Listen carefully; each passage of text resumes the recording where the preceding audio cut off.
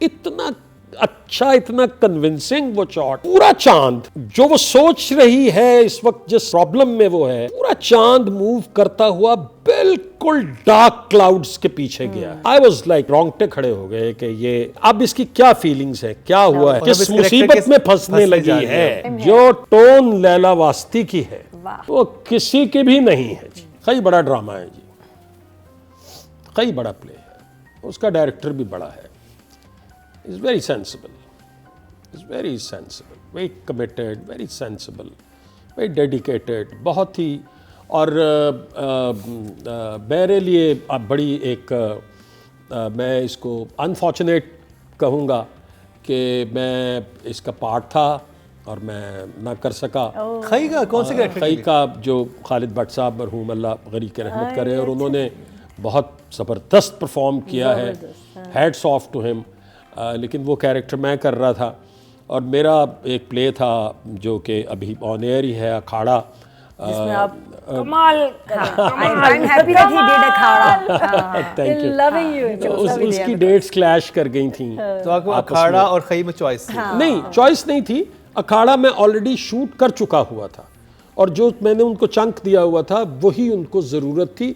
उस चंक में उनके पास सारी कास्ट थी, जिसकी वजह से उन्हें चेंज करना पड़ा, वरना I was committed, everything was committed, सब कुछ हो चुका हुआ था। तो खैर एनीवेज, वो जिसके नसीब का जो होता है वो उसी के हिस्से में आता है। वो मेरे हिस्से में नहीं था। बड़ा प्ले है जी वो।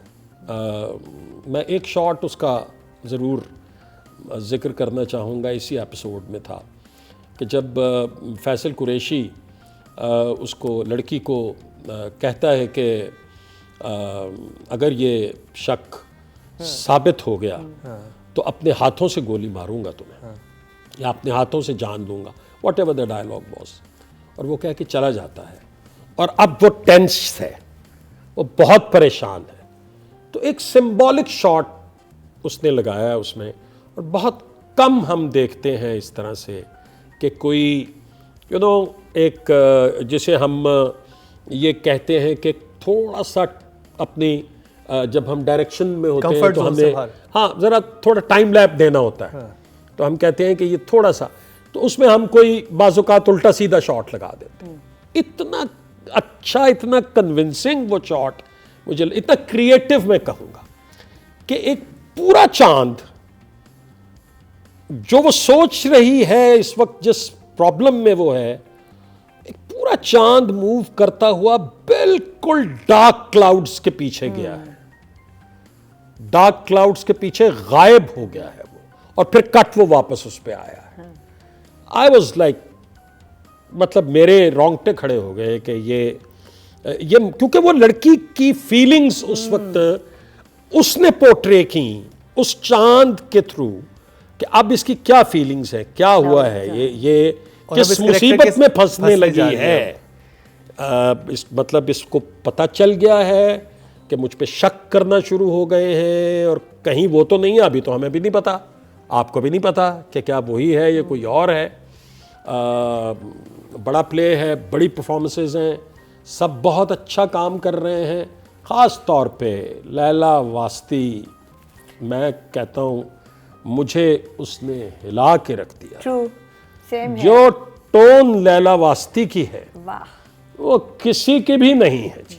एग्जैक्टली। मैंने ये सोचा, जब लैला को मैंने देखा और अभी वो बोली नहीं थी, तो मैंने ये सोचा इतनी अमेरिकनाइज्ड लड़की, एक जिस क्लास से उसका ताल्लुक है, क्या ये अभी डायलॉग नहीं बोली थी वो, बट जब वो बोलना शुरू हुई और उसने लंबे लंबे डायलॉग्स बोले और फिर अपनी दास्तान सुनानी, मजाल है कहीं उसने टोन अपनी छोड़ी हो, और वो इतनी कन्विंसिंग लग रही है, इतनी अच्छी लग रही है कि मैं तो फ्लिप हो गया उसकी परफॉर्मेंस पे कि यार इतना अच्छा, she is such a wonderful actor. हमें पता ही नहीं है इतने, नहीं हमें पता है इतनी टॉप, मगर वो मतलब इनको यूज इस तरह आइकॉनिक परफॉर्मेंस तो मैंने यूज नहीं किया जाता इस तरह से। आप लैला वास्ती का कोई भी ड्रामा उठा के देखो रिसेंट ईयर्स में, तो वो हर जगह आपको स्टन करेंगी और ऐसा ही स्टन करेंगी. And I think the two people who kind of made a comeback into our industry, two people who've come back after some time and be now are being a part of the major support important characters. इरसा, गजल और लैला वास्ती, ये दो इस वक्त stars हैं. बहुत convincing. देखो ना रुबीना, इसमें सबसे बड़ी बात थी टोन. हाँ बिल्कुल. सबसे बड़ी बात ये थी. आप एक ड्रामा कर रहे होते हैं ना जिसमें आपको कोई डिफरेंट टोन नहीं देनी है, वो ज्यादा ईजियर होता है आपके लिए परफॉर्म करना. बिल्कुल. एक कैरेक्टर जिसमें आपने बिल्कुल अपने मिजाज के अपनी लैंग्वेज के बिल्कुल अगेंस्ट जाके बोलना है, उसमें इतना मेंटेन तो किसी ने भी नहीं किया. नहीं, यानी मैं सबकी परफॉर्मेंसेस जो है बड़े गौर से देख रहा था, क्योंकि वो प्ले कन्विंसिंग है, उसके शॉट्स कन्विंसिंग हैं, उसकी टेकिंग बड़ी कन्विंसिंग है, तो आप फिर उसको गौर से देखना शुरू हो जाते हैं. और रियली बहुत ऑनेस्टली मैंने सोचा था, क्योंकि आखिर में मैंने खई देखा, मैंने सोचा था कि यार अब टाइम नहीं है, मैं सोने लगा, मुझे नींद आ रही है, तो मैं जरा थोड़ा आगे करता. मैं नहीं कर सका. मैं नहीं कर सका. मैंने उसके दोनों एपिसोड पूरे देखे. और I mean very good play, very good. Emoji दिखा दे. इमोजी जी, पक्का ये 2 thumbs up. ड्रामा इतना इंटेलिजेंटली लिखा है तो तभी तो हम 2 थम्स दे रहे हैं. ये खाली किसी एक चीज पे तो नहीं दिए जा सकते. कोई भी डायरेक्टर दुनिया का, बड़े से बड़ा डायरेक्टर, जब तक उसके पास कंटेंट नहीं होगा वो कुछ नहीं कर सकता. कुछ नहीं कर सकता. किसी को चांदी दे के उसको ये कहें कि इसको सोना बना दो, वो बड़ी अच्छी ज्वेलरी बना के आपको देगा, लेकिन होगी चांदी की. गोल्ड की ज्वेलरी के लिए गोल्ड का होना ही जरूरी है. क्या आपने मिसाल दिया, जबरदस्त. तो स्क्रिप्ट तगड़ा उसके हाथ में आया, तो उसने, क्योंकि जब वजाहत की मुझसे बात हुई तो वजाहत सेट के वसीम भाई ये आपको मज़ा आ जाएगा, ये इतना अच्छा रोल है और ये इतना अच्छा प्ले है. ज़रा हैक्टिक होगा क्योंकि हमें ट्रैवल करना है, हमें गिलगित जाना है, हमें फलां जगह जाना है. बट स्क्रिप्ट के बारे में जब मुझे उसने इसकी एक वन लाइनर सा सुनाया तो ही मैं बहुत इम्प्रेस हो गया था कि बहुत स्ट्रॉन्ग कंटेंट दिखाई दे रहा था उसमें. एंड नोइंग वजाहत कि उसके पास जब अच्छी चीज़ आ जाए तो फिर वो किस कदर मेहनत करता है. इतना मेहनती आदमी तो मैंने देखा ही नहीं है जी. मैंने तो उस लड़के को देखा कि जब पहली बार वो कराची आया तो इत्तफाक से हम दोनों एक ही जगह पे रह रहे थे. तो मैं काम पर जा रहा होता था सुबह, वो अभी उसने कोई प्ले अभी A&B में वो फर्स्ट प्ले अपना करने लगा था. मैं सुबह जा रहा होता था भरीना, तो वो स्क्रिप्ट पे काम कर रहा होता, मेरी आंख खुलती थी वो स्क्रिप्ट पे काम कर रहा होता था. मैं वापस आता था वो स्क्रिप्ट पे काम कर रहा होता था. मेरी रात को लेट आंख खुलती थी तो मैं उसको कहता था कि यार तुम बंदा खुदा, तुम सोते किस वक्त हो. तो वो बहुत मेहनती आदमी है, बहुत मेहनती आदमी है. लेकिन भाई उसको ये कंटेंट मिला, इतने इंटरेस्टिंग कैरेक्टर्स मिले, तो उसने ये सबको इस तरह से क्राफ्ट किया कि लैला को इस तरह से होना चाहिए, इसको इस तरह से.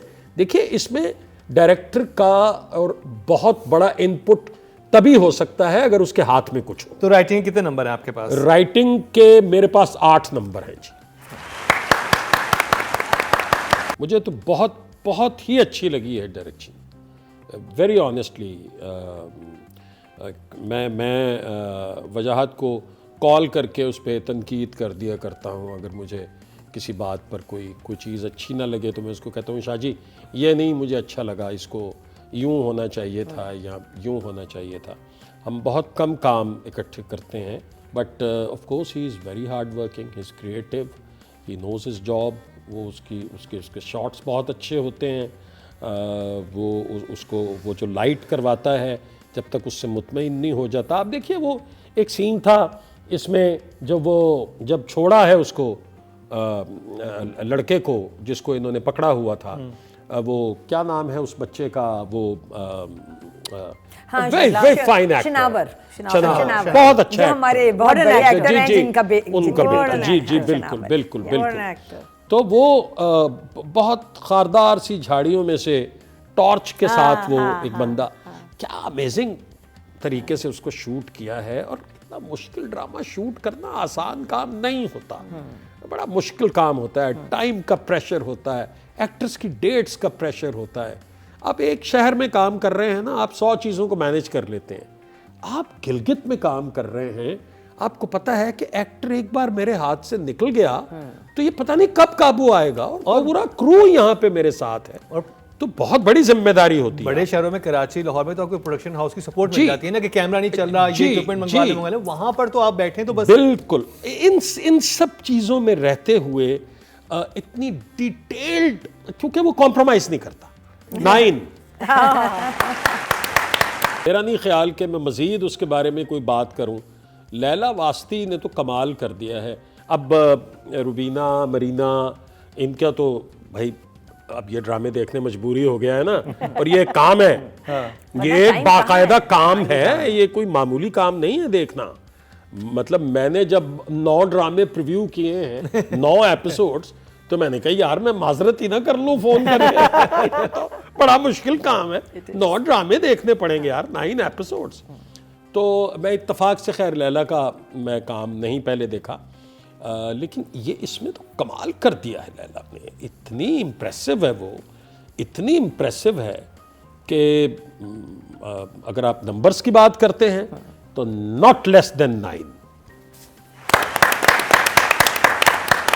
Faisal is good, very good. चनार खान, हाँ वेरी गुड, बहुत अच्छा काम कर रहा है। और फैसल को इस तरह के कैरेक्टर्स पसंद भी बहुत हैं। वो करना चाहता है, वो इस तरह के जो ज़रा एग्रेसिव, थोड़े माचो किस्म के जो कैरेक्टर्स होते हैं, वो करते भी बड़ा अच्छा है। हमेशा से वो इसी कोशिश में रहता है कि वो इस तरह का कोई रोल करे। अच्छा, ये भी एक फैसल की गुड लक है कि उसके हिस्से में ये प्ले आया। अदरवाइज़ जब मैं ये कर रहा था, when I was committed for this play, तो इसकी कास्ट ज़रा डिफरेंट थी। उस वक्त फैसल की जगह कौन था? उस वक्त फैसल की जगह नोमी था, नुमान एजाज था। नुमान का भी डेट्स का कुछ आपको नुमान एजाज का फादर बना रहे थे? मैंने बन जाना था। हाँ, बन जाना था। बचपन से हम अपने उम्र के जितने लोगों के माँ बाप बन रहे हैं, और जब बनना था आपको लगना भी था इन्होंने। ऐसा नहीं होना था कि इन्होंने बनना था तो आपने कन्विंस नहीं होना था। आप भी तो लग रहे हैं नुमान साहब आपसे बड़े हैं? नहीं, मैं बड़ा हूँ। बड़े हैं, मगर इतना फर्क? मैं नुमान से मैं बड़ा हूँ। नुमान एजाज नहीं, गेटअप लेते ना, गेटअप लेते ना, कुछ तो करते। नहीं, वो प्रॉपर गेटअप लेके आप, मतलब वो ऐसे तो। और नुमान, देखिए नुमान का अपना एक पर्सोना है, नुमान की एक पर्सनालिटी है, वो लोगों को हज़म हो जाता है। वो उसने अगर वो करता तो वो भी ऐसे ही लोगों को करता, ऐसी बात नहीं है।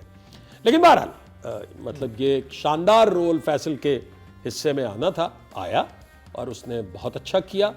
जमदा के साथ जो सीन किया, दैट वाज अमेजिंग। अच्छा, फिर जो बाहर बाप और दोनों बेटों के सीन थे, उसमें उसके एक्सप्रेशंस बहुत अच्छे थे, बड़े सॉलिड थे। So overall he is doing a great job, very good job. Number चूंकि लैला को 9 दे दिए हैं, इसलिए फैसल तुम्हें 8 दे रहे हैं यार, बुरा ना मानो मेरे।